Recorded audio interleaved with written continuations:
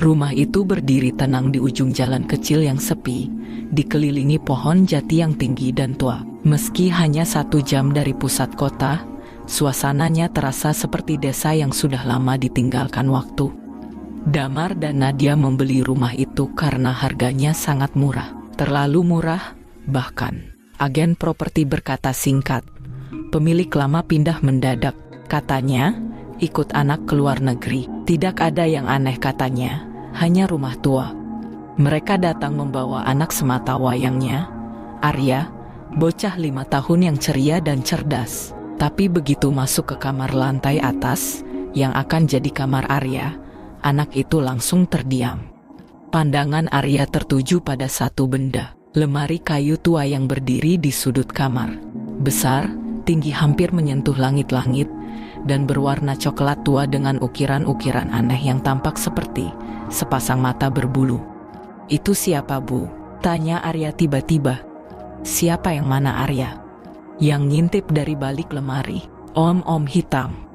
Nadia sontak memeluk anaknya. Ia tersenyum menenangkan, meski hatinya bergidik. Damar hanya tertawa kecil. Arya mulai banyak imajinasi. Namanya juga anak-anak. Tapi Nadia tidak pernah suka lemari itu sejak awal. Ukirannya rumit dan tidak wajar. Di bagian dalam pintunya, saat dibuka, terdapat bekas goresan panjang seperti cakaran. Samar namun nyata. Kayunya tua, jatinya keras dan berat, tidak bisa dipindahkan meski sudah dicoba beberapa kali. Bahkan tukang pengangkut barang menyarankan untuk membiarkannya di situ saja. Malam pertama berlalu tanpa gangguan besar, hanya suara-suara kecil dari loteng yang dianggap suara tikus atau kayu tua yang memuai. Tapi Nadia bermimpi aneh. Ia berdiri sendirian dalam ruangan gelap. Udara di sekitarnya lembab dan hangat. Terdengar napas berat yang tidak berasal dari dirinya. Dan ketika ia menoleh, dari kegelapan muncul bayangan tinggi besar. 2 mata merah menyala seperti bara api dari neraka. Ia terbangun dengan jantung berdetak cepat. Dari lantai atas terdengar suara seperti lemari digeser perlahan.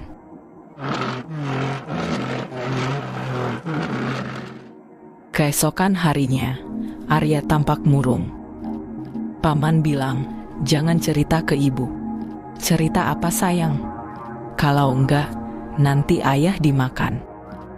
Nadia tercekat, tapi ia menahan diri. Mungkin Arya hanya mengarang. Tapi malam berikutnya, saat Nadia hendak mematikan lampu kamar Arya, ia melihat sesuatu yang tak pernah bisa ia lupakan.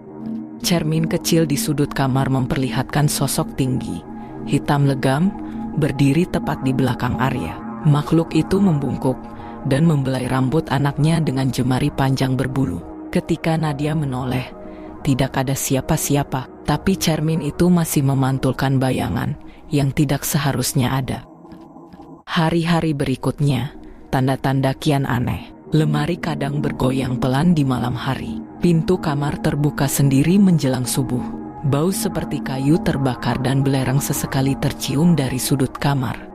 Puncaknya terjadi pada malam Jumat, jam 3 pagi. Nadia mendengar suara langkah berat di lantai 2. Ia pikir Arya bangun. Tapi saat ia naik ke atas, Arya masih terlelap. Tiba-tiba dari kamar Arya terdengar suara keras. Suaranya seperti lemari ditabrak dari dalam.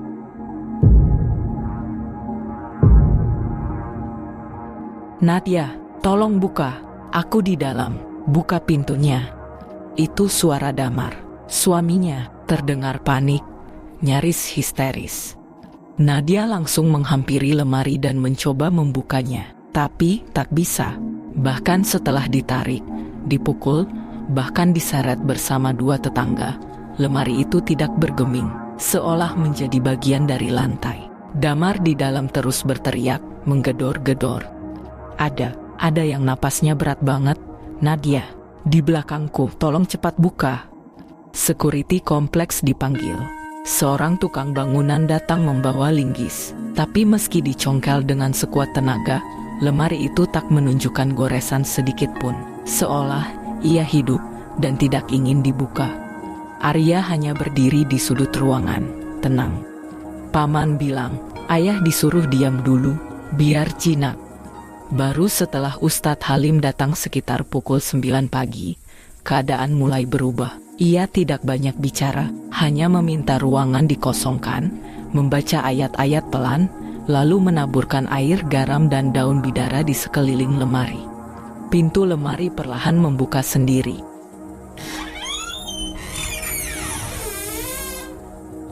Dan di dalamnya, Damar tergeletak.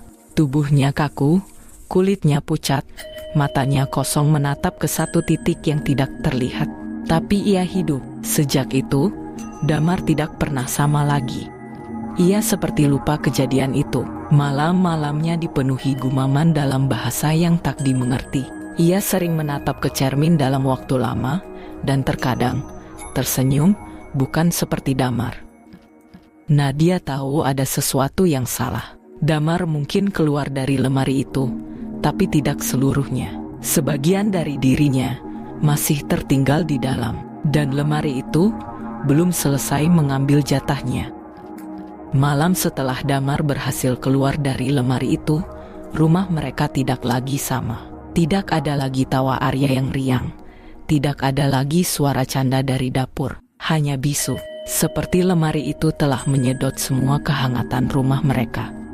Damar duduk termangu di sofa, matanya sayu. Sejak kejadian semalam, ia tak bicara sepatah kata pun. Tubuhnya memang utuh, tapi Nadia tahu ada bagian dari suaminya yang tertinggal di balik gelap lemari itu. Arya tidur meringkuk di pelukan ibunya. Sejak malam itu, anak itu sering terbangun sambil menangis, menunjuk ke arah lemari dengan satu kata lirih. Ada orang di dalam lemari. Nadia tak berani menanyakan lebih, tapi setiap malam, setiap pukul 3 pagi, selalu ada suara ketukan 3 kali dari dalam lemari, seolah sesuatu sedang menunggu dibukakan kembali. Sudah lewat tengah malam. Udara di dalam kamar terasa jauh lebih lembab dari biasanya, seperti ada sesuatu yang tidak terlihat menghembuskan napas lembab dan asing ke dinding-dinding kamar. Nadia terbangun lebih awal malam itu, bukan karena suara, bukan pula karena mimpi buruk, tapi karena bau. Bau yang aneh dan samar seperti anyir tanah basah yang sudah terlalu lama tersimpan. Damar, yang sejak insiden itu tampak lebih pendiam dari biasanya, sedang duduk di sisi ranjang, menunduk menatap lantai, napasnya berat. Nadia membuka mata dan langsung merasakan sesuatu yang tidak beres. "Mas," bisiknya pelan. Damar tidak menjawab, bahunya naik turun, seperti menahan napas atau ketakutan. Nadia menggeser tubuhnya, meraih lengan suaminya. "Mas, kamu kenapa?" Barulah Damar mendongak perlahan. Wajahnya pucat, matanya tampak sayu, dan ada bekas goresan halus di bawah dagunya, tidak terlalu dalam, tapi cukup panjang untuk membuat Nadia terkesiap. "Itu kenapa, Mas?" Nadia refleks mengusap luka itu. "Kamu kena apa?" Damar menatap ke arah lemari. Nadia ikut memandang. Lemari tua itu masih berdiri di pojok ruangan, menjulang bisu seperti makhluk yang sedang berpura-pura tidur. "Aku mimpi lagi," kata Damar akhirnya. Tapi rasanya seperti bukan mimpi. Nadia menggenggam tangannya. "Mimpi apa, Mas?" Damar menelan ludah. "Aku berdiri di depan lemari. Pintu lemari kebuka, dan ada sesuatu di dalamnya. Matanya merah, besar, dan dia bicara ke aku. Tapi suaranya bukan dari mulut, langsung ke kepala. Dia bilang, dia belum selesai." Nadia menggigit bibir bawahnya. Ia ingin menenangkan, berkata bahwa itu hanya mimpi buruk karena pengalaman semalam. Tapi di saat yang sama, ia juga mencium bau itu. Dan ia tahu betul, bau itu tidak ada di rumah ini sebelum lemari itu dibuka. "Lemarinya, kita singkirkan aja, Mas. Besok kita telepon orang buat bawa keluar," ujar Nadia. Damar mengangguk lemah, tapi ekspresinya tetap terpenjara oleh ketakutan yang tak bisa ia bagi sepenuhnya. Pagi harinya, Arya yang biasanya ceria, tampak lesu. Ia duduk di depan TV sambil memeluk guling kecilnya. Nadia menghidangkan roti dan susu, tapi Arya hanya menatap kosong ke arah layar yang belum dinyalakan. "Arya, sayang, kenapa gak dimakan rotinya?" tanya Nadia. Anak itu menoleh pelan. Lalu tanpa ekspresi, ia bertanya, "Bu, malam tadi, siapa yang duduk di lemari?" Nadia merinding. Ia berjongkok di hadapan putranya. "Siapa sayang?" "Ada yang duduk di atas lemari. Badannya hitam, matanya merah. Dia nunjuk aku, terus ketawa." Roti di tangan Nadia hampir terjatuh. Terus, dia bilang nanti malam Arya boleh main sama dia kalau ibu sama ayah udah tidur. Nadia langsung mengajak Arya keluar kamar dan memutuskan untuk tidak membiarkan siapapun tidur di kamar itu malam ini. Ia memaksa Damar tidur di ruang tamu, dan mereka bertiga tidur bersama di sana. Tapi malam tetap datang, entah suka atau tidak. Jam 2 pagi, hujan gerimis mengetuk jendela. Damar sudah tertidur di lantai, Arya di tengah, dan Nadia masih terjaga, matanya menatap lampu kecil di sudut ruangan yang terus berkedip pelan. Ada desahan samar dari arah lorong, mungkin suara angin. Tapi suara itu mulai berubah, bukan lagi desahan angin, tapi napas, pelan, berat, dan teratur, seperti seseorang berdiri di lorong, mengawasi mereka tidur.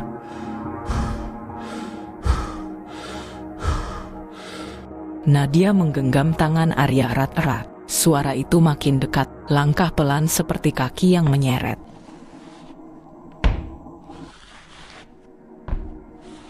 Nadia ingin membangunkan Damar, tapi tubuhnya kaku, hanya bisa menoleh sedikit ke arah lorong. Dan di sana, di tengah kegelapan lorong yang setengah tersorot cahaya lampu malam, terlihat sepasang mata merah menyala. Matanya tidak berkedip. Tubuhnya hitam legam, besar, dan menggembung seperti kulit binatang yang terbakar setengah. Tangan panjang menjulur ke bawah, dan dari sela-sela jemari hitamnya, ada rambut panjang, kusut, dan basah, yang menjuntai hingga lantai. Sosok itu tidak mendekat, tapi ia hanya berdiri di sana, mengamati, seolah sedang menunggu. Nadia akhirnya bisa menarik napas, tubuhnya mulai menggigil.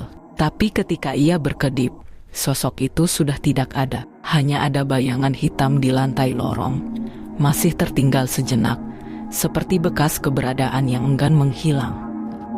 Pagi harinya, Nadia memberanikan diri mencari bantuan. Ia pergi ke rumah Bu Lastri, tetangga tua yang katanya paham hal-hal gaib. Setelah mendengar cerita Nadia, Bu Lastri hanya terdiam lama, lalu mengangguk pelan. "Nak, itu bukan lemari biasa. Lemari itu tempat tinggal sesuatu yang sudah lama tak diberi makan." "Maksud Bu Lastri?" Nadia menahan napas. "Dulu sebelum rumah ini dibangun, tanah ini hutan. Ada danyang besar di sini, penunggu pohon jati tua. Orang zaman dulu menyebutnya sosok genderuwo kayu. Besar, hitam, berbulu, dan suka tinggal dalam ruang sempit dan gelap, seperti lemari tua." Nadia merasa perutnya mual. Tiba-tiba teringat aroma kayu basah dari dalam lemari, dan hawa dingin menusuk yang ia rasakan setiap malam. Malam itu, Damar akhirnya bicara. Suaranya parau, seperti suara orang yang tenggelam terlalu lama. "Nat, waktu aku di dalam lemari itu, ada yang bisikkan sesuatu. Suara berat, kasar, tapi bisa aku pahami." Nadia menoleh pelan. Arya sudah tertidur di pelukannya. Dia bilang, dia suka Arya.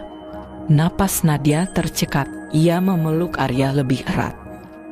Dia bilang, kalau lemari itu ditutup lagi dan dibuka oleh Arya, dia bisa masuk sepenuhnya. Nadia menggeleng panik. "Tidak, kita buang saja lemarinya." Damar menggeleng lemah.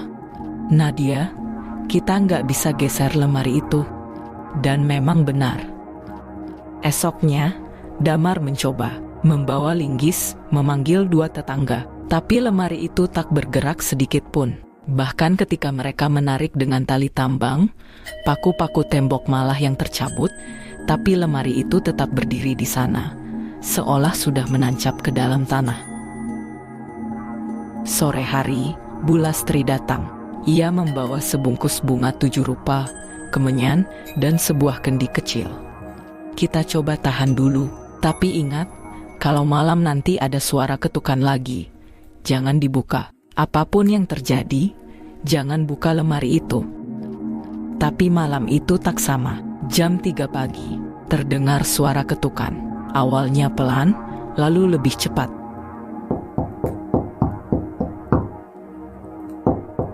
Seperti kepalan tangan besar menghantam dari dalam. Arya terbangun.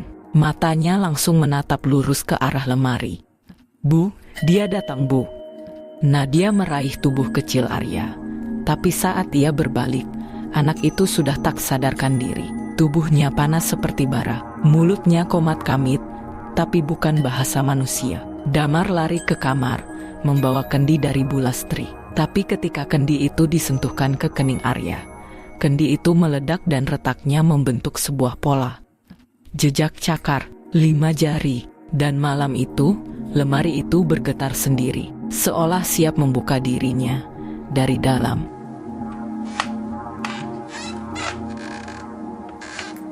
Setelah malam penuh teror itu, Nadia merasa rumahnya berubah. Ada sesuatu yang tak lagi bisa dijelaskan dengan akal sehat.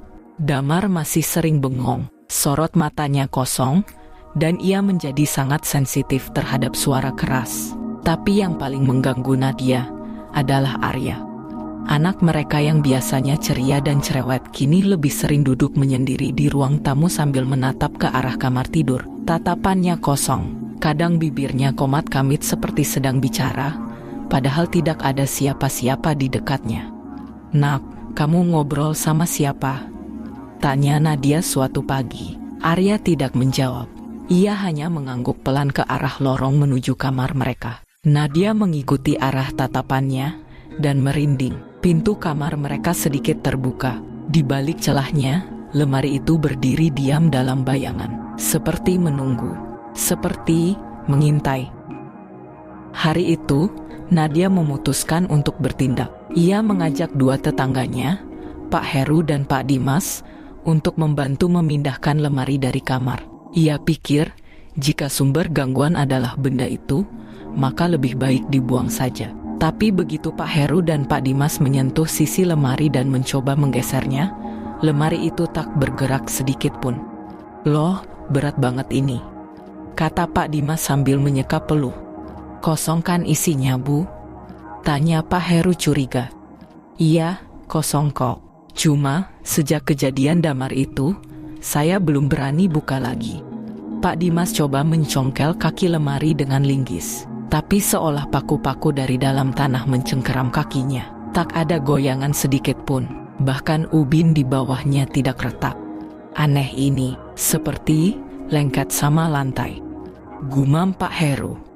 Nadia memutuskan tak memaksa. Lemari itu tetap di sana. Dan sejak hari itu, setiap malam selalu terdengar bunyi-bunyi aneh dari dalamnya. Kadang suara gemeretak seperti kuku mencakar kayu. Kadang suara napas berat. Tapi yang paling membuat Nadia ketakutan adalah suara tawa kecil, suara anak kecil, yang bukan suara Arya.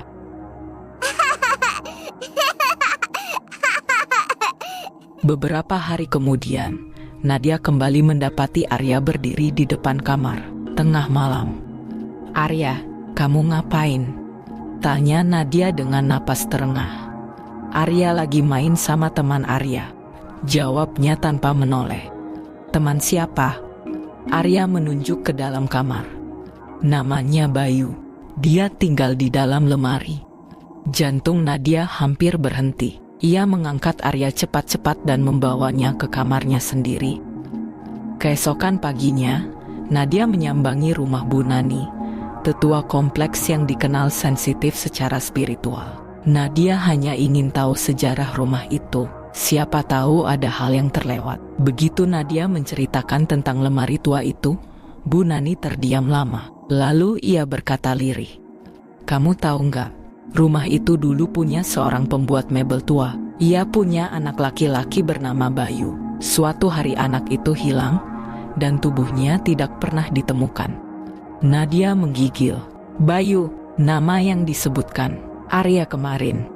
Setelah istrinya bunuh diri karena frustasi, si tukang mebel itu menutup bengkel dan menyimpan semua alat dan kayu di dalam satu lemari besar. Katanya, ia masih mendengar suara anaknya dari dalam. Malam itu, Nadia tidak bisa tidur. Damar tidur dengan mata terbuka. Ya, benar-benar terbuka, tapi tidak sadar. Matanya menatap ke langit-langit dan tubuhnya kaku. Nadia membangunkannya panik, tapi Damar tak bereaksi. Tiba-tiba, lemari itu bergetar. Kayu-kayunya berderit seperti ditarik dari dalam. Suara gemeretak keras menyayat malam. Nadia berdiri di ambang pintu, menahan napas.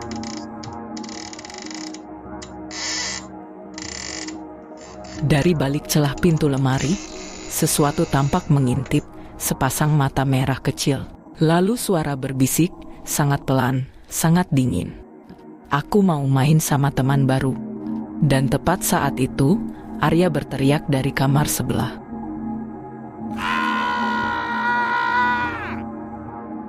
Nadia segera berlari dan memeluk Arya erat. Semalaman ia berusaha menenangkan Arya sampai ia tertidur. Beberapa hari setelahnya, awan menggumpal berat, seperti mengurung rumah Nadia dari segala arah. Angin tidak bertiup, udara terasa pengap, dan hening yang menggantung di dalam rumah lebih pekat dari biasanya. Arya tiba-tiba merengek. Suaranya kecil, tapi cukup membuat Nadia yang sedang menanak nasi di dapur menoleh cepat. "Bu, Arya nggak mau di kamar itu lagi." Nadia berjalan cepat ke ruang tengah. Damar sedang duduk termangu di sofa, memandangi tangannya sendiri yang penuh guratan halus bekas ia garuk-garuk sendiri malam sebelumnya. Tatapannya kosong, ia bahkan tidak menoleh saat Nadia lewat. "Arya, kenapa, sayang?" tanya Nadia, jongkok di hadapan anaknya. Anak kecil itu menunjuk kamar mereka. Di dalam lemari itu, ada orang jahat, besar banget, hitam. Nadia menahan napas. Apa Arya masih melihat Bayu? Pikirnya dalam hati, lalu ia berusaha menenangkan Arya. "Arya mimpi ya? Udah, sekarang ikut ibu ya. Kita tidur di kamar sebelah aja malam ini." Tapi saat Nadia menggendong Arya untuk dibawa ke kamar tamu, bocah itu menoleh ke arah kamar mereka dan berbisik, "Dia dengar ibu ngomong tadi." Nadia menggigil. Pukul 2 pagi, Nadia terbangun oleh suara berisik dari dinding kamarnya. Seperti kuku. Sesuatu yang tajam menggores pelan, menggesek-gesek pelan, lalu berhenti. Lalu bunyi itu terdengar lagi. Dari balik dinding.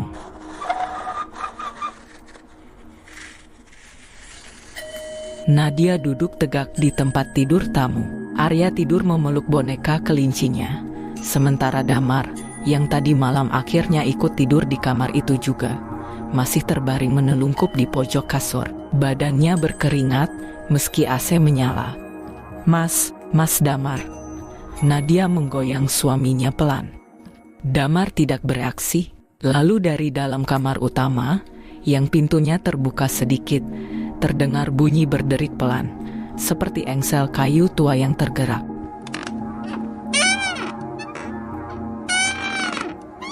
Nadia meraih ponselnya, menyalakan senter, dan mengarahkan cahayanya ke pintu kamar itu.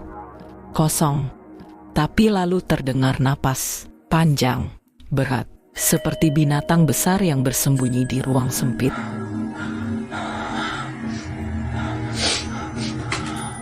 Nadia membekap mulutnya sendiri, lalu perlahan meraih gagang pintu kamar tamu, menutupnya pelan-pelan. Namun sebelum pintu itu benar-benar tertutup, terdengar bunyi ketuk dari dalam kamar utama. Bukan ketukan di pintu, tapi ketukan dari dalam lemari, seperti seseorang atau sesuatu yang mencoba keluar lagi.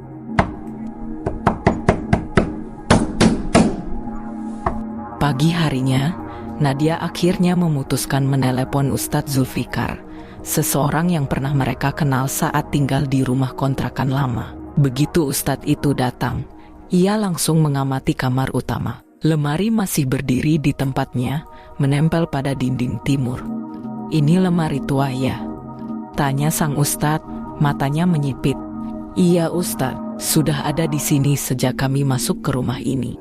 Ustadz Zulfikar mendekat, memutar kepala mengamati bagian belakang lemari, lalu mengangguk pelan. Ia meminta air putih, segelas kecil, dan membacakan doa-doa yang Nadia tidak mengerti. Begitu air itu dipercikan ke bagian bawah lemari, sesuatu terdengar, berdesis, seperti uap panas yang menyentuh es. Tapi ini bukan suhu, ini seperti kemarahan. Lemari itu bergetar sedikit, hanya sesaat, lalu diam. Ustadz Zulfikar menoleh pada mereka berdua. Jangan dibuka dulu ya, dan jangan biarkan siapapun dekat-dekat, terutama anak kecil. Apa ada makhluk di situ, Ustadz? Bisik Nadia. Sang Ustadz diam sebentar, lalu ia menghela napas. Kalau aku bilang apa yang aku lihat, kalian gak akan bisa tidur malam ini. Tapi malam berikutnya, Arya kembali bicara. Ibu, om hitam dari lemari duduk di kursi, ngeliatin ayah terus. Itu Abah. Nadia tidak tahu harus bagaimana lagi menghadapi ini semua. Dan Nadia baru sadar, sejak kejadian di malam pertama itu, Damar belum sekalipun bicara tentang lemari itu. Tidak satu kata pun, tidak satu keluhan, tidak satu pun doa. Ia hanya duduk, menatap kosong, atau tidur sambil menggeliat seperti melawan sesuatu dalam mimpinya. Dan pagi itu, Nadia menemukannya berdiri di depan lemari, menempelkan dahinya ke pintu kayu itu, berbisik, "Apa kamu mau aku juga, Mas Damar?" Panggil Nadia sambil mengguncang bahu suaminya. Damar tidak menjawab, matanya hanya menatap lurus ke arah lemari itu, seakan menunggu sesuatu keluar dari sana. "Aku, lihat dia," bisik Damar tiba-tiba. Nadia merinding. Dia berdiri di balik baju-baju kita, tubuhnya tinggi. Kayaknya dia gak muat di dalam lemari, makanya dia bungkuk, tapi dia ada di sana, Nak. Nadia perlahan memalingkan wajah ke arah lemari. Sejak kejadian Damar terkurung, pintunya memang tak pernah dibuka lagi. Gagangnya kini selalu tampak basah, entah karena embun atau karena sesuatu yang lebih buruk. Arya mulai demam. Anak itu mengigau hampir tiap malam, kadang mengucapkan kata yang sama berulang-ulang. Masuk, masuk, masuk. Sampai suatu malam, Nadia terbangun karena mendengar suara gesekan kayu dari arah lemari. Ia bangkit, menyalakan lampu, lalu mendekat perlahan. Kali ini disusul suara bisikan, rendah, dalam, seperti suara seseorang yang tenggelam di dalam air.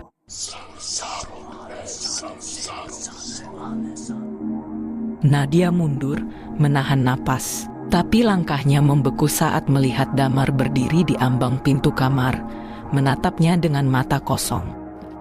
"Dia mau anak kita, Nat," katanya. "Hah, apa maksudnya, Mas?" Dia bilang, "Kalau aku kasih Arya, dia bakal pergi. Dia janji gak akan datang lagi." Nadia tak bisa berkata apa-apa. Seluruh tubuhnya menggigil. Tapi belum sempat ia menarik napas, Arya menjerit dari kamar sebelah. Saat Nadia berlari ke kamar anaknya, ia menemukan Arya berdiri di ranjang, menangis sambil menunjuk ke lemari kecil di sudut kamar. Ada tangan di dalam lemari. Nadia menoleh. Lemari itu terbuka sedikit. Ia melihat ada celah hitam yang tidak semestinya ada, seperti lubang yang dalam yang menganga ke tempat lain, dan sesuatu di dalamnya bergerak. Damar muncul di belakang Nadia, wajahnya basah oleh keringat dan mata yang cekung. "Aku capek, Nak," dia bilang cuma satu, habis itu dia pergi. Nadia berteriak dan memeluk Arya erat. Dia banting pintu lemari hingga tertutup rapat. Di luar, lampu rumah padam serempak, dan dari semua lemari di rumah itu terdengar bunyi yang sama. Bunyi ketukan dari dalam lemari. Pagi itu terasa aneh. Udara di dalam rumah Nadia terasa pengap dan berat, seolah-olah hawa dari malam sebelumnya belum juga terusir oleh cahaya matahari. Damar masih terdiam di kamar, menatap kosong ke arah dinding. Sejak Ustadz datang malam tadi, sorot matanya seperti bukan miliknya sendiri. Ia bicara tak tentu arah, kadang tersenyum kecil, lalu menangis pelan, atau menggumam sesuatu yang tak dimengerti. Arya duduk di depan televisi dengan selimut menutupi tubuh kecilnya. Tapi yang membuat Nadia khawatir bukanlah Damar yang linglung atau Arya yang murung, melainkan suara. Ya, suara samar itu. Ketukan, pelan, dari dalam kamar, dari dalam lemari. Lemari itu tetap tertutup, tidak ada yang berani membukanya lagi. Nadia sempat meminta Ustadz untuk membacakan doa dan menutupnya dengan kain hitam bertuliskan kaligrafi, namun ia tidak menyuruh Ustadz itu menyegel lemari. Entah kenapa, ia hanya merasa perlu mengamati, berjaga. Malam harinya, Damar mulai bicara sendiri di kamar. "Jangan panggil aku gak ikut," ucapnya lirih. Nadia, yang mendengarnya dari luar pintu, merasa jantungnya mencelos. Ia mendekat, menempelkan telinga ke daun pintu kamar. "Aku sudah bilang jangan ikut aku ke sini." Lalu terdengar suara lain, bukan suara Damar. Suara berat, seperti suara laki-laki dewasa dengan napas berat dan parau. "Kamu sudah buka jalannya." Nadia langsung mundur. Ia hampir menjatuhkan gelas yang dibawanya. Dengan tangan gemetar, ia membuka pintu kamar pelan-pelan. Damar duduk membelakangi pintu, tidak bergerak, tak ada siapapun di sana. "Mas Damar?" Laki-laki itu menoleh perlahan. Wajahnya datar, tapi matanya, bukan matanya. Pupilnya mengecil seperti titik hitam di lautan putih matanya. Pandangannya kosong, tapi mengunci Nadia seperti perangkap yang tak bisa dilepaskan. "Kamu harus ikut juga, Nadia." Nadia mundur, menutup pintu kamar cepat-cepat dan langsung menggendong Arya. Bocah itu sudah tertidur di depan TV. Jantungnya berdetak tak karuan. Ia ingin menelepon Ustadz lagi, tapi tangannya gemetar. Ia nyaris tidak bisa menekan angka dengan benar. Sebelum sempat menelepon, suara pintu kamar terbuka sendiri. Langkah kaki berat terdengar menyusuri lantai kayu, lalu berhenti di depan ruang tengah. Nadia menoleh.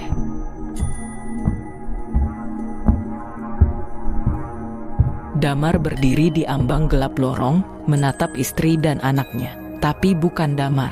Hidungnya mengembang, napasnya berat, dan tubuhnya terlihat lebih besar. Nadia sampai harus mengedipkan mata 2 kali untuk meyakinkan dirinya. Itu bukan suaminya. Tiba-tiba, Damar menjambak rambutnya sendiri. Ia terguncang hebat, seolah ada sesuatu yang berusaha keluar dari dalam dirinya. Ia terjatuh dan menggaruk-garuk lantai dengan kuku-kuku yang patah dan berdarah. Arya terbangun dan menjerit. Nadia langsung menarik anaknya ke kamar depan dan mengunci pintu. Suara geraman dari lorong masih terdengar. Suara Damar bercampur dengan erangan makhluk lain, lebih dalam, lebih purba. Napas itu, napas dari lorong kegelapan.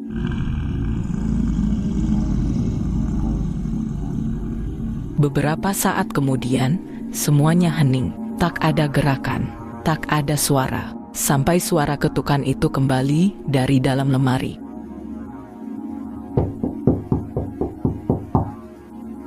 Lalu ada suara memanggil Arya. Nadia menutup telinga anaknya sambil menahan napas. Suaranya rendah, dalam, dan sangat salah. Bukan suara manusia, bukan suara Damar, tapi suara yang tahu nama anaknya. Nadia duduk di pojok kamar mandi dengan kaki terlipat dan tubuh gemetar.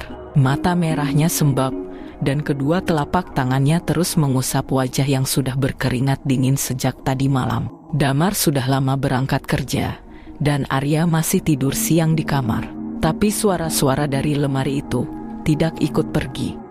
Suara desah berat seperti hembusan napas raksasa masih terdengar samar dari dalam kamar, seolah menanti seseorang masuk. Nadia sudah menyalakan ayat kursi dari YouTube semalaman, namun speaker ponsel mati mendadak pukul 3 pagi.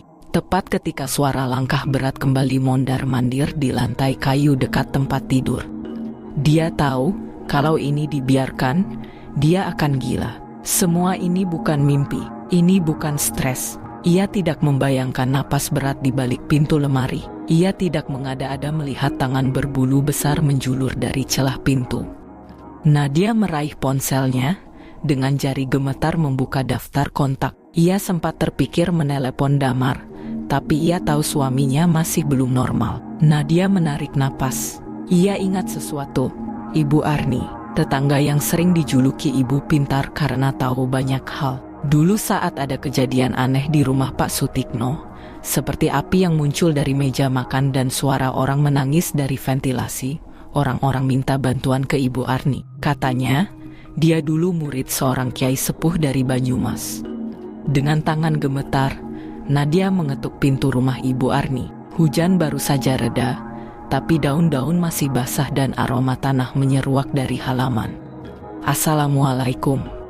Nadia memanggil pelan. Tak lama, pintu dibuka. Ibu Arni berdiri di ambang pintu mengenakan daster coklat dan rambutnya disanggul rapi. Matanya menatap Nadia lekat-lekat, seolah sudah tahu tujuannya. "Kamu lihat sesuatu di rumahmu, ya?" tanya Ibu Arni langsung, tanpa basa-basi. Nadia tercekat. "Dari mana ibu tahu?" Ibu Arni tidak menjawab. Ia hanya melirik ke arah rumah Nadia, lalu mengangguk pelan. "Ayo masuk, ceritakan semuanya dari awal." Sambil menyeruput teh hangat, Nadia menceritakan semuanya. Dari malam pertama saat lemari itu mengeluarkan suara berat, tangan menjulur dari celah pintu, hingga Arya yang bicara pada om besar yang tinggal di lemari. Termasuk mimpi buruknya yang selalu berakhir dengan suara geraman berat dan bau anyir menyesakkan. Ibu Arni mengangguk pelan, lalu menatap Nadia dengan mata tajam. "Lemari itu bukan lemari biasa, ada makhluk besar yang menempel padanya. Dari bentuk cerita dan gejala yang kamu alami, kemungkinan besar itu." Ia menarik napas panjang. "Genderuwo." Nadia menelan ludah. "Tapi kenapa dia mengganggu kami sampai begini? Lemari itu pasti sudah pernah jadi tempat tinggal makhluk itu. Bisa karena pernah dipakai untuk menyimpan tumbal, atau benda-benda yang dipakai ritual. Makhluk semacam genderuwo itu bukan cuma menakutkan, dia pengganggu pikiran. Lama-lama kamu akan dikuras jiwamu, energinya dihisap sampai kamu makin lemah, makin ketakutan, makin tidak waras. Kalau sudah cukup lemah, dia masuk lewat mimpi dan mengambil semuanya." Nadia mengatupkan mulutnya, menahan gemetar. Ia ingat malam terakhir, mimpi Arya diseret sesuatu ke dalam lemari, dan Nadia hanya bisa mematung dalam gelap, tidak bisa menolong. "Kalau memang begitu, Bu, saya harus bagaimana?" Ibu Arni berdiri, berjalan ke dalam, lalu kembali membawa satu botol kecil berisi air keruh dan daun kering di dalamnya, juga sebuah cermin bundar kecil bertutup kain. "Air ini siramkan ke sekeliling lemari, tapi kamu jangan sendirian, ajak orang.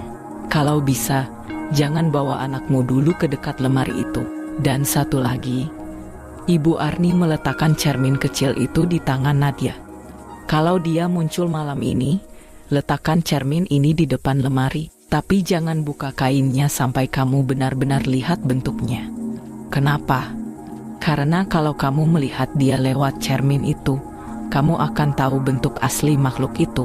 Dan tidak semua orang bisa kuat melihat bentuknya. Tapi dengan itu, kita bisa tahu apa yang ia mau." Malamnya, Nadia tidak bisa tidur.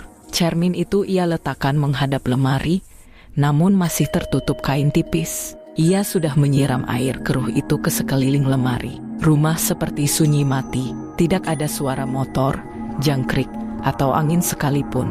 Seolah waktu berhenti.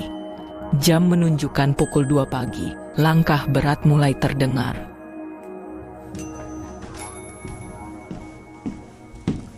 Arya terbangun dari tidurnya. Ia menangis pelan memanggil ibunya. Dari celah pintu lemari, tangan itu muncul lagi, lebih jelas, lebih besar, dengan kuku panjang dan kulit kehitaman penuh bulu kasar. Bau anyir seperti darah basi tercium dari arah lemari. Dan kali ini, pintu lemari mulai terbuka perlahan.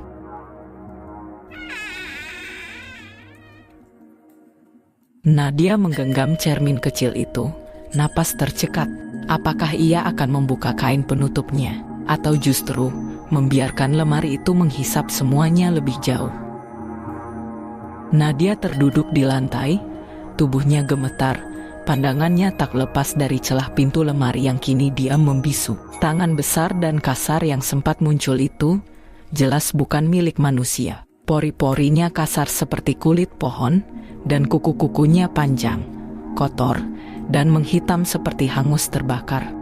"Arya, Arya," bisiknya terbata, merangkak menjauh. Tapi kamar itu seperti membeku. Bahkan suara dari jalan depan rumah pun tak lagi terdengar. Hanya dengusan lirih, seperti hembusan napas dari rongga lemari. Arya duduk tenang di sudut ruangan, menggambar di kertas dengan krayon biru. "Kak Bayu udah bangun," gumamnya pelan. Tapi dia marah. Nadia menoleh cepat. Siapa yang bangun?" Arya menatapnya tanpa berkedip, lalu menunjuk ke lemari. "Kak Bayu, dia nggak suka disiram. Dia bilang ibu jahat." Nadia menahan napas. "Kak Bayu, itu nama yang disebut Bu Arni, anak dari pemilik rumah lama, yang hilang entah kemana. Tapi bagaimana bisa Arya tahu?" Dia merangkak cepat ke anak itu. "Arya, dari mana kamu tahu nama Bayu?" Anak itu tidak menjawab, hanya melanjutkan gambarnya. Gambar sebuah kamar dengan lemari besar berwarna gelap. Di sebelah lemari itu tampak sosok tinggi besar, matanya merah, dan di tengahnya sosok kecil berambut cepak duduk bersila dengan tangan di rantai. Nadia langsung merampas kertas itu. "Arya, ini siapa?" "Bayu," bisik Arya. "Dia dikurung sama yang gede itu. Tapi dia juga nakut-nakutin biar nggak ada orang buka lemari." Kepala Nadia berdenyut. Semua terasa terlalu gila. Ia menoleh ke lemari, yang kini tampak sangat tenang. Terlalu tenang. Malamnya, Nadia menelepon Bu Arni. Tangannya gemetar saat menekan tombol. "Bu, saya lihat tangan keluar dari lemari itu." Tangannya besar, kasar, seperti bukan manusia. Suara Bu Arni berat dan lama terdiam. "Kamu sudah siram air itu?" "Iya, tapi justru makin parah." Air itu bikin dia marah. Nadia membeku. Bayu itu anak sematawayang pemilik rumah ini. Dia hilang setelah 3 bulan sering mengurung diri di kamar. Kata orang-orang, dia bukan hilang. Dia diambil, tapi tak pernah ditemukan. Lemari itu dibawa dari rumah asal keluarga mereka di Kuningan. Lemari warisan tua dari kakeknya Bayu. Nadia menelan ludah. "Bu, saya harus gimana?"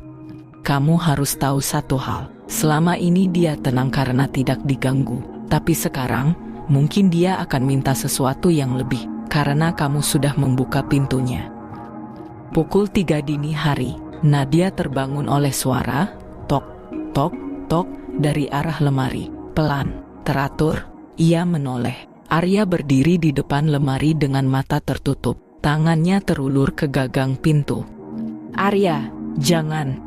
Nadia meloncat dan menarik anak itu. Arya menjerit seolah baru sadar, dan tubuhnya menggigil. "Arya mau main sama Kak Bayu mah." Nadia menarik anaknya ke pelukan, tapi lemari itu tetap berdiri angkuh, seolah hidup. Dan dari celah pintunya, samar-samar, terdengar suara napas berat, seperti hewan buas yang sedang tertidur gelisah. Malam itu, Nadia tidak tidur. Ia duduk memeluk Arya, memelototi lemari tua yang kini terasa seperti jantung rumah ini. Detak-detiknya terdengar lebih nyata daripada jam dinding. Pagi harinya, Nadia memutuskan satu hal, ia tak bisa hadapi ini sendiri. Ia harus mencari bantuan, seseorang yang mengerti lemari ini, dan tahu apa yang harus dilakukan. Seseorang yang mungkin tahu apa yang terjadi pada Bayu sebenarnya. Pagi itu, rumah keluarga Nadia tampak seperti biasanya, hangat, terang, dan penuh suara anak kecil yang berlarian. Tapi Nadia hanya duduk diam di pojok ruang tamu. Tatapannya kosong. Damar sibuk merapikan bekal sekolah Arya, berusaha menciptakan suasana normal, meskipun ada kegelisahan nyata di matanya. Sejak insiden semalam, Nadia makin sering bengong. Setelah melihat tangan itu, tangan kelam penuh bulu kasar yang muncul dari celah lemari meski sudah disiram air doa oleh Bu Arni, ia merasa pikirannya mulai tak waras. Tapi bagian yang paling mengganggunya bukan tangan itu, melainkan bisikan lirih yang ia dengar saat tubuhnya mematung di ambang pintu kamar. Suara Arya berkata, "Bayu, Bayu, mau main lagi, kan? Nama itu menghantam pikirannya seperti pecahan cermin. Bayu, ia belum pernah mendengar nama itu disebut siapapun sebelumnya. Tapi malam itu, nama itu terasa akrab, terlalu akrab. Hari itu, Nadia memutuskan sesuatu. Ia harus tahu siapa sebenarnya yang pernah tinggal di rumah itu. Ia tidak percaya begitu saja bahwa ini hanya soal gangguan biasa. Lemari itu bukan benda mati. Ia merasa sesuatu di dalamnya mengingat. Dan sekarang lemari itu pun mengingat Arya. Ia kembali ke rumah Bu Arni, tetangga tua di seberang jalan. Kali ini, bukan untuk meminta air doa. Aku butuh tahu siapa pemilik rumah ini sebelumnya. Bu, tanya Nadia pelan. Bu Arni diam sejenak. Tatapannya berubah, seolah sedang menimbang sesuatu yang berat. Kamu yakin mau dengar? Tanyanya akhirnya. Saya harus tahu, Bu, tentang anak itu. Bayu, saya dengar dia. Wajah Bu Arni langsung pucat. Tangannya gemetar saat meletakkan gelas teh. Kamu sudah dengar dia? Nadia mengangguk pelan. Saya dengar bisikan itu dari dalam lemari. Bu Arni akhirnya bercerita dengan suara bergetar dan lirih. Dulu, rumah itu milik keluarga Pak Marwan dan istrinya, Bu Rasti. Mereka punya anak laki-laki bernama Bayu, umur 6 tahun. Ceria, lincah, senang main petak umpet. Tapi dia hilang satu sore setelah main sendiri di kamar. Hilang. Nadia mengulang, tubuhnya menegang. Ya, lemari itu udah ada dari dulu. Lemari tua, warisan kakeknya Marwan. Lemari antik kayu jati, gak bisa dibongkar. Bahkan dulu pernah mau dijual. Tapi pembeli yang lihat katanya langsung sakit. Damar selama ini juga tak pernah berhasil memindahkan lemari itu. Selalu terasa berat. Bayu suka main petak umpet. Suatu hari, dia sembunyi, tapi nggak pernah muncul lagi. Polisi nyari berhari-hari, tapi nihil. Gak ada jejak, gak ada bukti. Kayak dia ditelan rumah itu. Bu Arni menunduk, menggenggam tangan Nadia erat-erat. Sejak itu, Bu Rasti mulai gila. Dia yakin Bayu masih di dalam lemari. Sering bicara sendiri, duduk berjam-jam di depan lemari sambil nyanyi lagu anak-anak. Sampai akhirnya dia bunuh diri. Nadia merasakan hawa dingin menjalari tengkuknya. Terus, Pak Marwan, bisiknya. Pindah, jual rumah itu ke developer. Katanya mau ganti suasana. Tapi entah kenapa, setiap orang yang pindah ke rumah itu gak pernah betah. Ada yang anaknya sakit, ada yang tiba-tiba cerai. Sampai rumah itu kosong bertahun-tahun. Nadia menarik napas berat. Bayu, anak kecil yang hilang di dalam rumah. Di dalam lemari. Bu, apakah Bayu masih di sana? Tanyanya, nyaris tak terdengar. Bu Arni hanya menatapnya lama. Saya gak yakin, tapi saya percaya lemari itu menyimpan sesuatu. Malamnya, Nadia tak bisa tidur. Di kamarnya, ia duduk di lantai dengan lampu menyala terang. Arya sudah tidur, digendong Damar ke kamar mereka setelah pingsan saat kejadian semalam.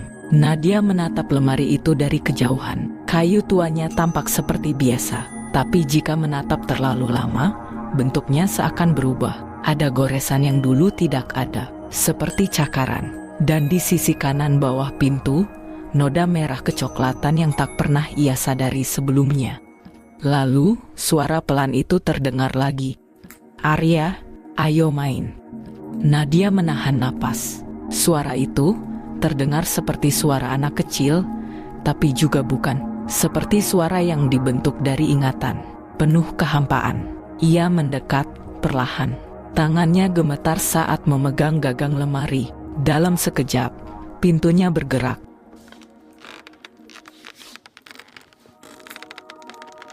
Hanya terbuka sedikit, tapi cukup untuk menampakkan sesuatu. Sebuah bola plastik kecil, berwarna merah. Di atasnya, tertulis nama, Bayu. Nadia menjerit. Nadia mematung di depan lemari tua itu. Tangan kanannya masih menggenggam bola plastik kecil bertuliskan nama, Bayu. Tulisan itu sudah pudar, Warnanya memudar seperti jejak masa lalu yang mencoba dilupakan. Tapi bagi Nadia, itu bukan sekadar bola mainan. Itu adalah bukti bahwa sesuatu atau seseorang pernah ada di dalam rumah ini. Dan sekarang, entah bagaimana, mencoba memberi tahu sesuatu. Suara langkah kecil terdengar dari lorong belakang. Nadia menoleh cepat. Tak ada siapapun, tapi jantungnya berdebar semakin kencang. Ia tahu Arya sedang tidur dengan Damar di kamar. Lalu, suara siapa barusan? Tangannya gemetar saat perlahan-lahan menyentuh permukaan lemari. Kayu tuanya terasa dingin, meski udara malam begitu pengap. Saat diperhatikan lebih seksama, Nadia melihat salah satu bagian panel belakang lemari tampak ganjil, seperti pernah dibongkar lalu dipasang kembali dengan asal. Retaknya tak simetris, dan catnya sedikit berbeda. Dengan gugup, Nadia menyingkirkan semua baju yang tergantung, lalu meraba bagian dalam. Jemarinya menyentuh sesuatu yang berbeda. Celah kecil, seakan ada ruang lain di balik lemari. Dari dapur, terdengar bunyi ceprat-ceprat seperti langkah kaki basah di lantai keramik.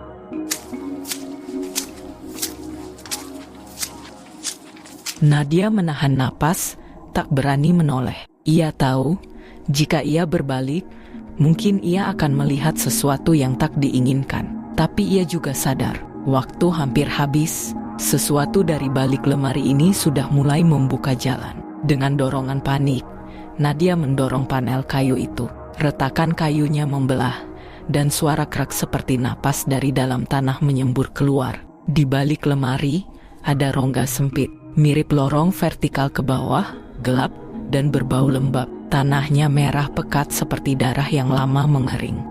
Dan di dalam lubang itu, Nadia melihat sesuatu yang membuat lututnya lemas. Sepasang bola mata kecil yang menatapnya dari dalam kegelapan. Terlalu besar untuk seekor tikus, terlalu nyata untuk halusinasi. "Aku Bayu." Suaranya pelan, seperti bisikan bocah laki-laki. Nadia nyaris terjatuh ke belakang. Bola plastik di tangannya terlepas dan menggelinding masuk ke dalam lubang. Anak itu, atau apapun yang mengaku sebagai Bayu, mengulurkan tangan kurusnya. Jemarinya seperti ranting, pucat, dan meneteskan lumpur. Tapi sorot matanya bukan milik makhluk jahat, justru seperti memohon, meminta tolong. "Dia masih di sini, di balik kayu. Jangan biarkan Arya masuk." Nadia menggigil. Siapa yang masih di sini?" Sebelum Bayu menjawab, lubang itu bergemuruh pelan. Angin dingin menyeruak keluar, membawa serta aroma tanah busuk dan bunga kamboja layu. Dari arah kamar, Arya tiba-tiba menangis, keras, meraung seperti kesakitan.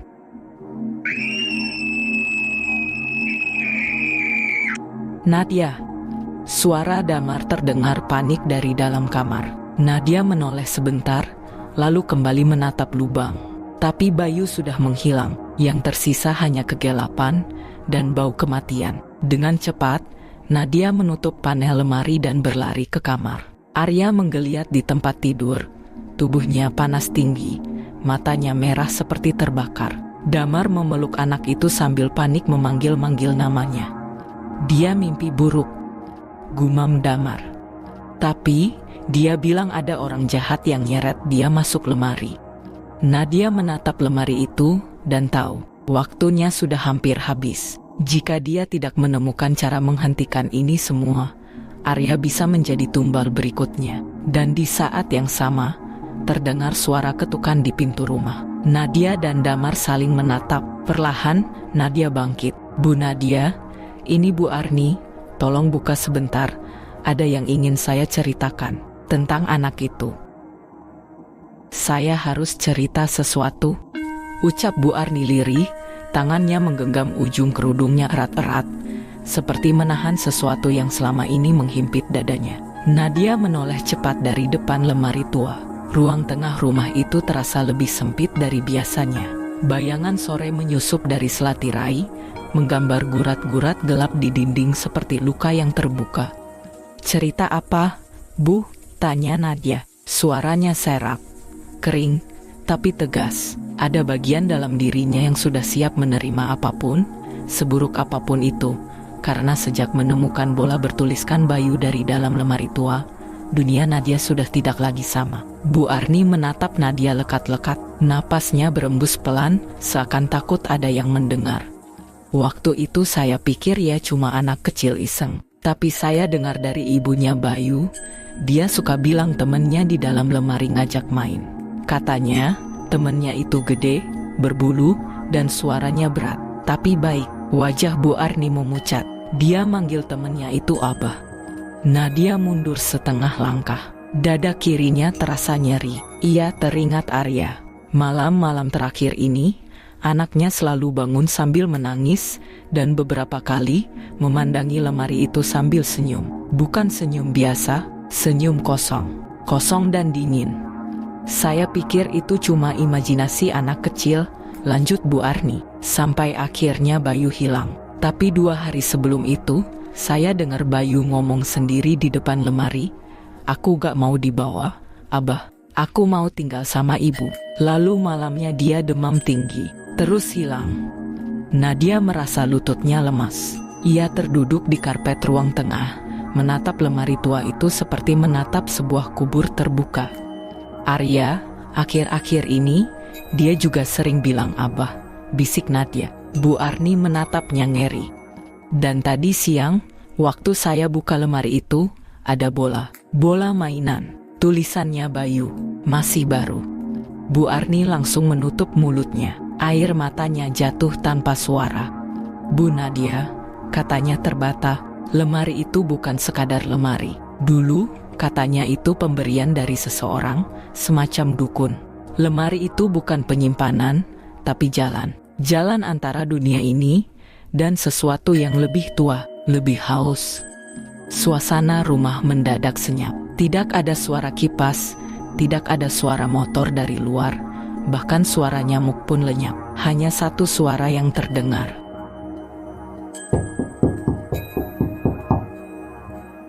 Ketukan pelan dari dalam lemari. Nadia dan Bu Arni membeku. Arya menangis dari dalam kamar. Tapi saat Nadia bangkit untuk berlari ke kamar anaknya, ia mendengar sesuatu dari dalam lemari itu.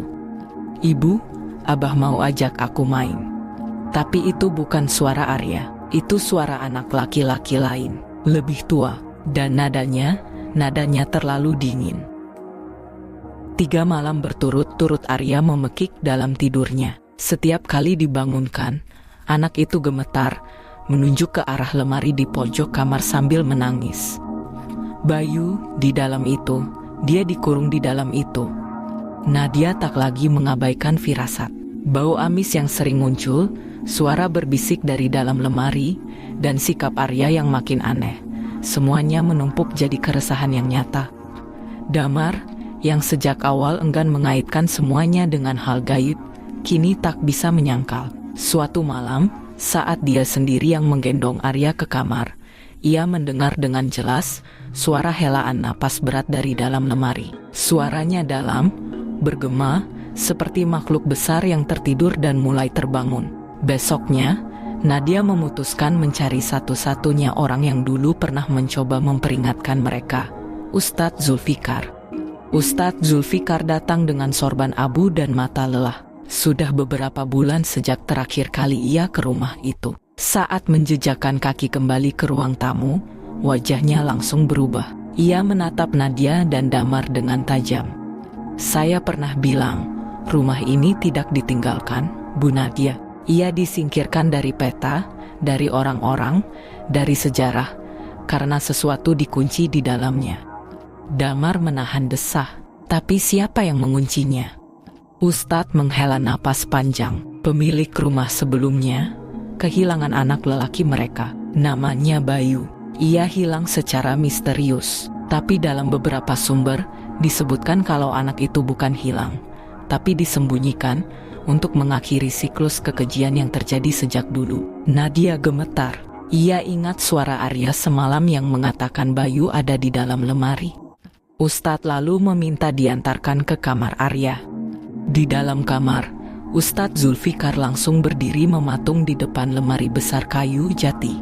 Jemarinya meraba permukaan ukiran yang tampak biasa saja bagi orang awam, tapi tidak bagi mata batin yang terbuka. Ini bukan lemari biasa, ini wadah penjara. Ia menyiram air doa ke sisi bawah lemari, dan saat itu juga, dari celah dasar, muncul lendir hitam pekat, mengeluarkan bau bangkai. Damar spontan mundur, sementara Nadia menggenggam Arya erat-erat. Disinilah genderuwo itu dikurung, ujar sang ustadz pelan. Tapi bukan cuma dia, ada satu jiwa lagi yang dikorbankan untuk menutupnya. Bayu, bisik Nadia. Ustadz mengangguk. Ritual lama itu butuh penyegel, dan Bayu dipakai untuk itu. Tubuhnya mungkin sudah tak ada, tapi jiwanya masih terjebak di antara.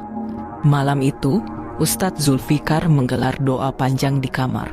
Lemari ditutup rapat, dililit kain putih dan diberi segel raja. Tapi saat lilin-lilin rukyah menyala, terjadi sesuatu yang tak diduga. Lemari bergetar, suara raungan muncul dari dalam, dan bayangan hitam besar menyembur keluar dari celah-celah kayu. Tak bisa keluar sepenuhnya, tapi cukup untuk membuat dinding kamar retak dan lampu padam seketika. Arya kembali memekik, tapi di antara teriakannya, terdengar suara kecil, lembut, namun jelas. "Tolong aku, bukalah penutup itu, aku dingin di sini." Suara itu, suara Bayu. Malam itu Nadia memeluk Arya erat-erat. Tubuh mungil anak itu sudah terlelap dalam dekapan ibunya, tetapi Nadia tak bisa memejamkan mata. Kata-kata Bu Arni sore tadi masih terngiang di telinganya, seperti bisikan yang membekas dalam rongga kepala. Bayu dulu juga sering bilang begitu. Katanya ada suara dari lemari yang ajak dia main. Tapi setelah itu dia menghilang. Dan tadi, Bayu atau sosok yang menyerupainya kembali terdengar berbisik. "Ibu, Abah mau ajak aku main." Nadia kini yakin sosok itu masih ada. Dan entah mengapa, ia merasa kehadirannya semakin kuat, semakin berani. Pukul 2.33 dini hari. Damar mengerang pelan, terbangun karena udara terasa lebih dingin dari biasanya. Ia meraih selimut, tetapi tubuhnya menggigil. Seolah hawa yang menyelimutinya berasal dari tempat yang bukan-bukan.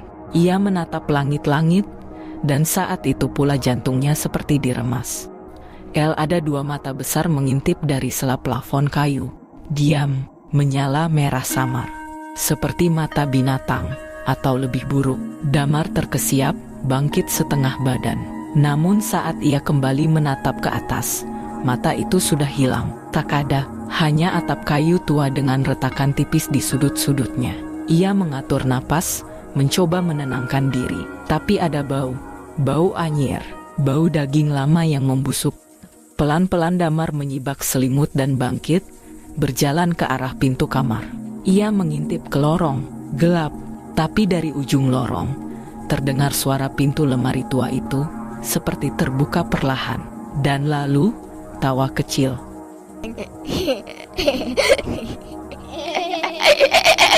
Bukan tawa Arya, bukan pula Nadia, tapi suara anak lain. Suara yang sudah tak asing lagi. "Bayu," bisik Damar lirih. Pagi harinya, rumah itu seperti menyimpan ketegangan dalam dindingnya. Nadia tak cerita soal suara malam tadi.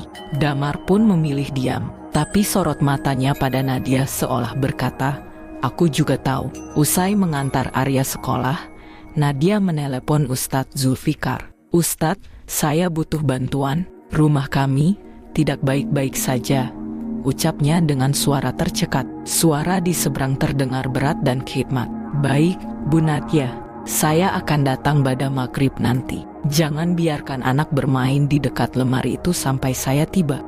Sore hari, Bu Arni mengetuk pintu sambil membawa sebuah map tua berwarna coklat. "Aku nemu ini di loteng waktu bersih-bersih. Isinya, kamu harus lihat sendiri," katanya pelan. Dalam map itu, Nadia menemukan beberapa foto lama rumah ini saat masih dihuni pemilik sebelumnya. Ada juga foto seorang anak lelaki memakai seragam TK, tersenyum malu-malu sambil memegang bola plastik kecil bertuliskan Bayu. Tapi yang membuat Nadia tercekat adalah potongan koran lusuh bertanggal tahun 2004. Judul besar terpampang, "Anak lelaki hilang di rumah sendiri. Diduga diculik. Kasus belum terpecahkan." Bayu, ia menghilang di rumah ini, tepat dari kamar yang kini ditempati Arya. Pada maghrib, Ustadz Zulfikar datang bersama 2 orang pria muda berpakaian putih. Ia berjalan memeriksa setiap sudut rumah, tak banyak bicara. Tapi saat memasuki kamar Arya dan menatap lemari tua itu, wajahnya mengeras. "Disinilah pintu itu berada," bisiknya lirih. "Pintu apa, Ustadz?" tanya Nadia gemetar. "Pintu yang tidak seharusnya terbuka. Pintu ke tempat makhluk itu berasal." Genderuwo jenis pengikat. Dia tidak hanya mengambil, tapi mengikat anak yang dia sukai untuk dijadikan miliknya. Damar yang ikut mendengar langsung mengepal tangannya. "Lalu Bayu, apa dia masih? Sosok yang kamu dengar mungkin masih tersisa, tapi tubuhnya mungkin sudah bukan milik dunia kita," jawab sang Ustadz lirih. Ustadz Zulfikar memulai pembacaan ayat-ayat ruqyah. Bau dupa khas menyeruak. Lemari tua itu mulai bergetar pelan. Lalu,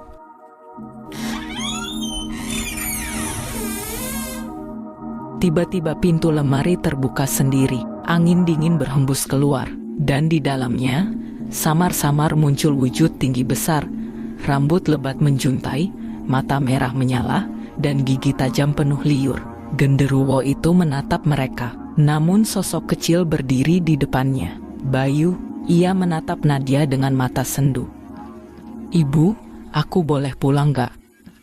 Seketika, ruangan dipenuhi isak tangis Nadia. Tapi Ustadz Zulfikar mengangkat tangan. "Kalau kamu masih punya cahaya, keluarlah. Tapi kalau tidak, jangan tarik Arya bersamamu."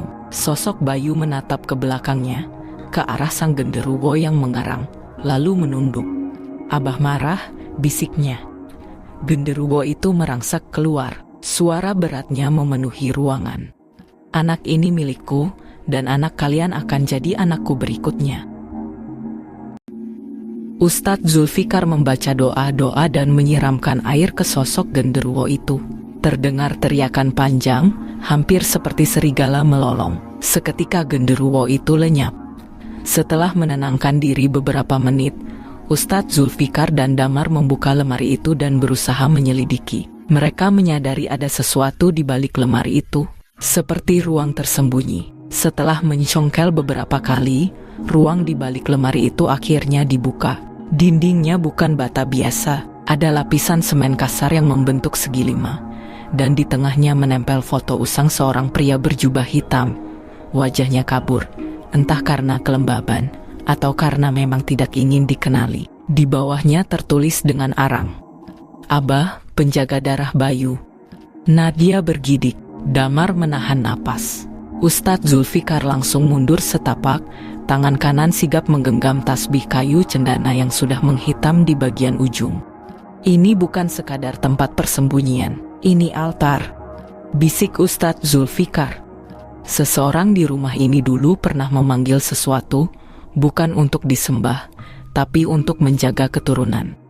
Nadia melihat ke sekeliling altar kecil itu. Di lantainya ada bekas cakar, seolah sesuatu berkuku panjang pernah menggaruk permukaan semen. Di pojok kiri bawah, ada mainan mobil kecil.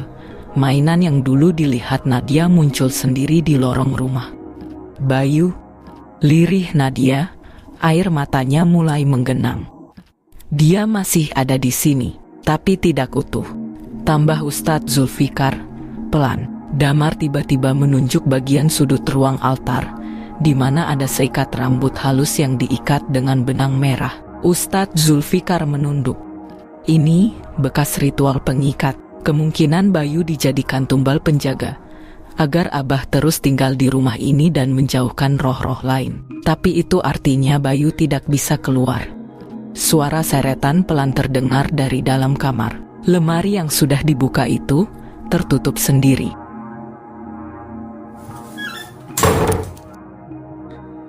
Lampu berkedip, suara langkah kaki terdengar dari langit-langit. Ustadz Zulfikar langsung merapalkan doa, tapi saat kalimat kedua keluar dari mulutnya, suaranya tersendat. Mulutnya seperti terkunci, dan wajahnya menegang. "Ustadz, kenapa?" Damar panik. Ustadz Zulfikar mencoba bicara, tapi yang keluar dari mulutnya bukan bahasa manusia. Suara berat, parau, menggema. Jangan usik rumah ini. Bayu sudah memilih tinggal bersama Abah. Nadia mundur, tubuhnya menggigil. Dia bukan memilih. Teriak Nadia ke udara kosong. Dia diculik. Tiba-tiba, lemari terbuka pelan. Di dalamnya, Bayu berdiri. Diam, tatapannya kosong. Bajunya masih piyama biru yang sama seperti di foto yang dulu ditunjukkan tetangga. Tapi ada yang salah. Kulit Bayu tampak retak di bagian leher, seperti pecahan tanah kering. Matanya sepenuhnya hitam, dan dari belakangnya muncul sepasang tangan besar berbulu hitam legam, mencengkeram bahunya dengan lembut. Genderuwo itu menunjukkan diri lagi. Hening. Hanya napas tertahan dan degup jantung yang terdengar saat makhluk itu berdiri di hadapan mereka. Bayu menggenggam tangan Nadia erat-erat. Sosok tinggi besar itu tampak berlapis rambut gelap tebal, dengan mata merah menyala dan kulit legam penuh luka terbakar. Bau busuk seperti daging busuk dan tanah basah memenuhi kamar Arya, yang kini tak lagi menjadi kamar biasa. "Abah," bisik Bayu, pelan dan gemetar. "Itu Abah." Nadia menelan ludah. "Bayu, itu bukan ayahmu. Dia bukan manusia." Genderuwo itu tidak marah, tidak mengaum, tidak menggeram.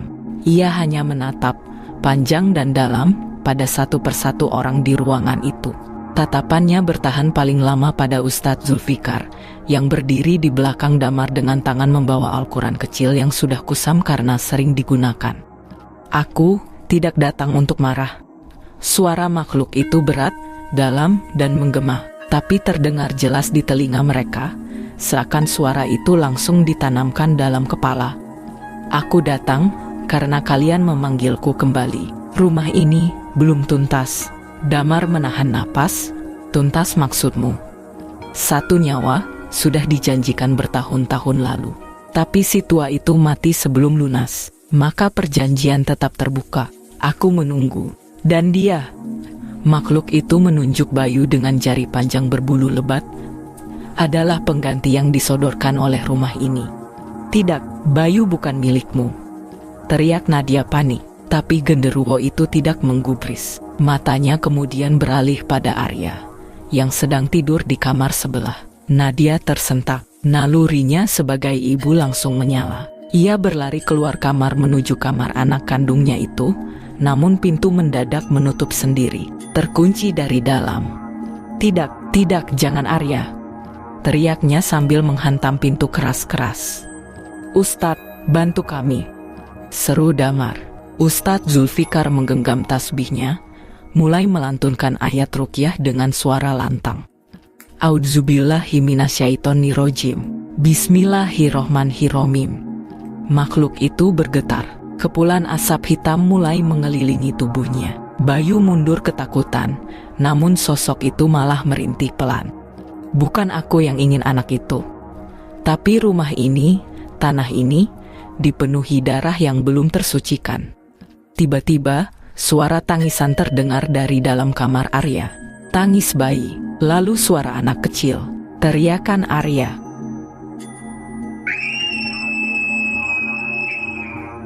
Nadia makin histeris, berteriak memanggil anaknya, sementara Damar berusaha mendobrak pintu yang terasa seperti tertanam batu. "Dia bukan milik siapa-siapa," teriak Ustadz Zulfikar. "Kau bukan penguasa rumah ini." Namun genderuwo itu tertawa, pelan, rendah, tapi mengguncang lantai.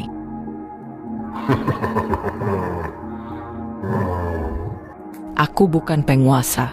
Aku penjaga. Penguasa sejati adalah darah yang dikubur di bawah rumah ini.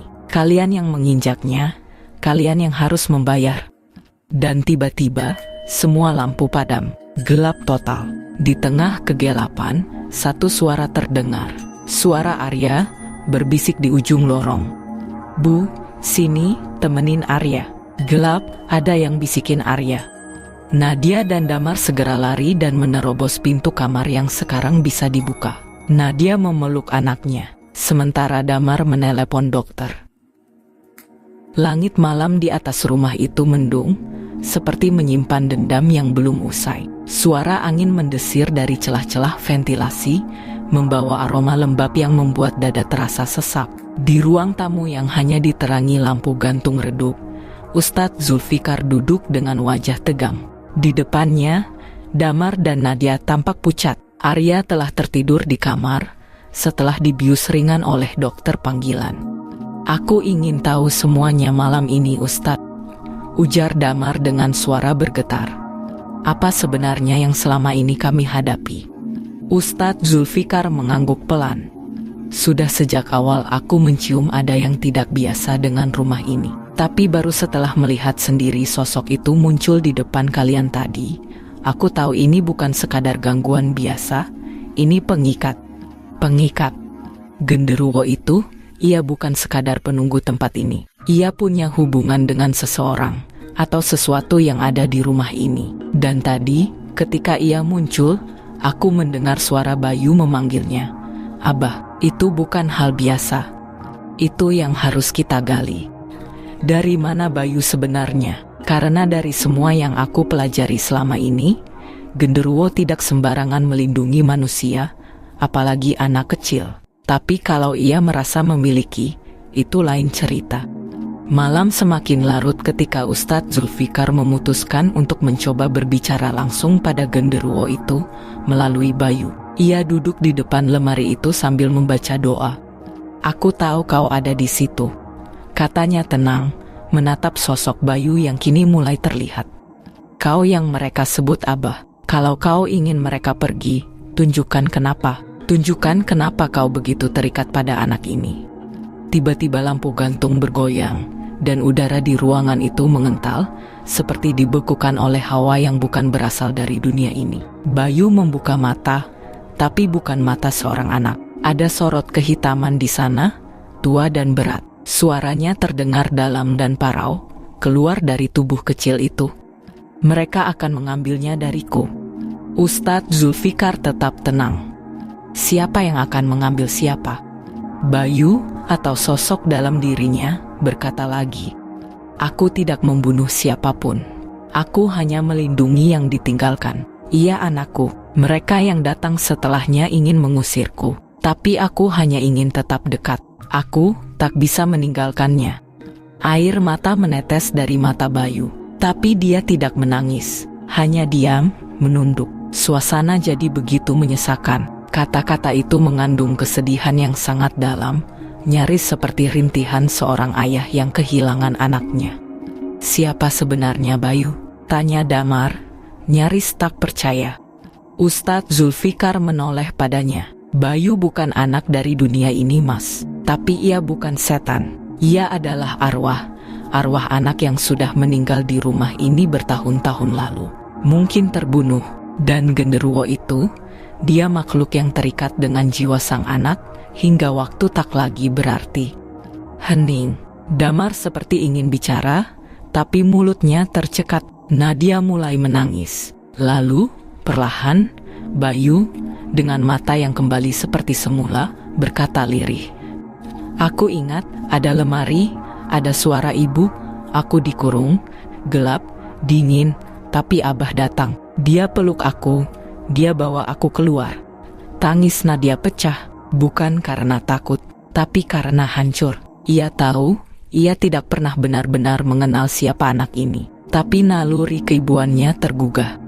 Ustadz Zulfikar berdiri, mengambil air mineral dan mulai membaca doa perlindungan.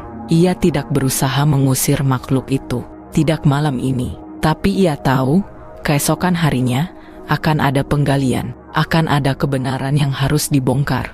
Dan lemari tua itu bukan sekadar tempat menyimpan pakaian. Besoknya, Ustadz Zulfikar, Nadia, dan Damar kembali memanggil Bayu untuk menyelesaikan semua ini. Bayu berdiri mematung di halaman belakang rumah yang diterangi temaram cahaya bulan. Di sekelilingnya, hanya keheningan yang sesekali diselingi desiran angin dan gesekan daun pisang. Damar dan Nadia mengawasi dari kejauhan, tak berani mendekat, sementara Ustadz Zulfikar menatap Bayu dengan sorot mata waspada. "Bayu," panggil Ustadz Zulfikar pelan, "siapa kamu sebenarnya?"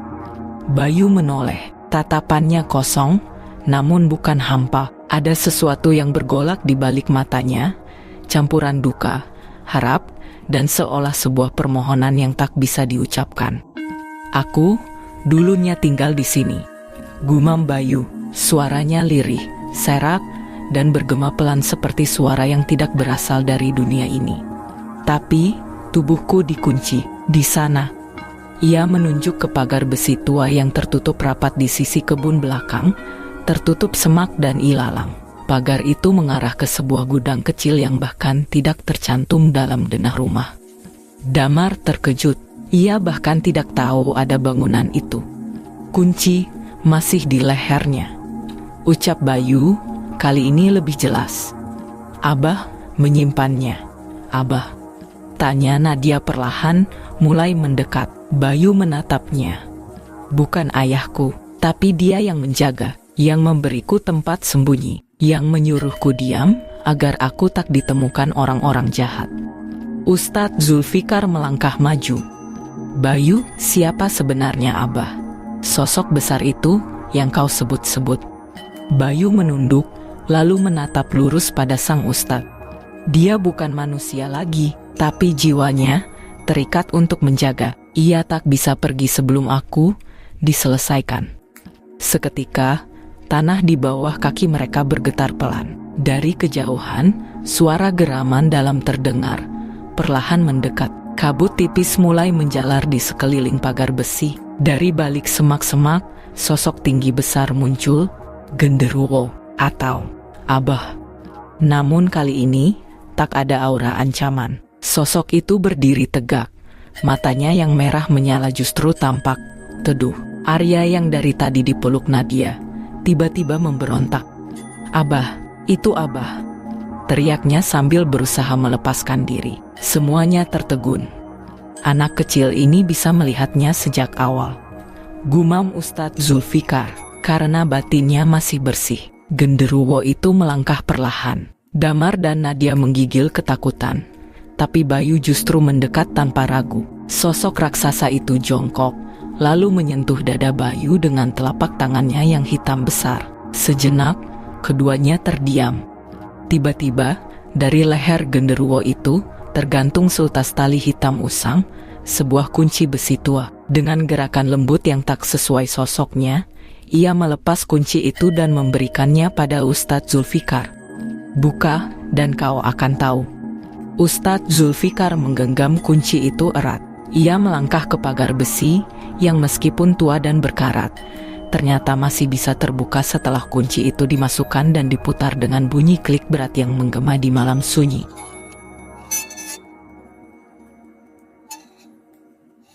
Gudang tua di balik pagar akhirnya terbuka. Bau tanah lembab dan besi karatan langsung menyeruak. Di dalam hanya ada satu hal. Peti kayu besar yang dililit kain kafan lusuh. Bayu melangkah masuk pelan, diikuti Ustadz Zulfikar. Sosok genderuwo berdiri di luar, diam. Matanya tampak sayu, seakan menunggu penghabisan. Ustadz Zulfikar membuka peti itu perlahan, dan di dalamnya, tulang belulang kecil, baju anak-anak yang sudah usang, dan foto lusuh seorang anak dengan senyum kecil. Wajah itu, wajah Bayu. Jasadku akhirnya ditemukan, bisik Bayu. Sekilas, tubuhnya bersinar redup. Angin berhenti berhembus. Waktu seperti berhenti. Dan saat mereka semua keluar dari gudang itu, Bayu tidak mengikuti. Ia sudah tiada. Hanya suara Arya yang terdengar pelan, memandang ke arah genderuwo yang kini duduk bersila di bawah pohon pisang. Abah, udah selesai ya? Genderuwo itu menatap Arya, dan untuk pertama kalinya, tersenyum. Kabut perlahan menelan tubuh besarnya, menghapusnya dari dunia. Hanya daun-daun kering yang berjatuhan, dan keheningan malam yang kini terasa damai untuk pertama kalinya. Suasana rumah itu kini terasa lain. Setelah malam mengerikan itu, saat sosok mengerikan yang dipanggil Abah oleh Arya dan Bayu menunjukkan wujud aslinya, Nadia masih sering terbangun di tengah malam. Tapi bukan karena teror, melainkan karena kosong. Rumah itu kini terlalu sunyi. Sudah seminggu sejak Bayu menghilang dari kehidupan mereka. Bukan menghilang, mungkin lebih tepatnya, pulang. Ustadz Zulfikar datang pagi itu membawa sesuatu. Sebuah kotak kayu tua dengan ukiran Jawa kuno yang tampak dimakan usia. Damar membuka pintu, langsung tahu bahwa benda itu bukan sekadar kotak biasa. "Ada apa, Ustadz?" tanya Damar pelan. "Ini benda terakhir yang perlu dikembalikan. Bayu menitipkan padaku dalam mimpi," jawab Ustadz Zulfikar. Nadia yang mendengar langsung menghampiri dengan napas tercekat. Kotak itu dibuka perlahan. Di dalamnya ada boneka kecil usang yang pernah dimainkan Arya. Tapi Nadia tahu itu bukan mainan Arya, karena ia pernah melihat boneka itu di salah satu lukisan tua yang ditemukan dalam lemari belakang. "Itu bonekanya Bayu," gumam Nadia. Lalu mereka semua diam.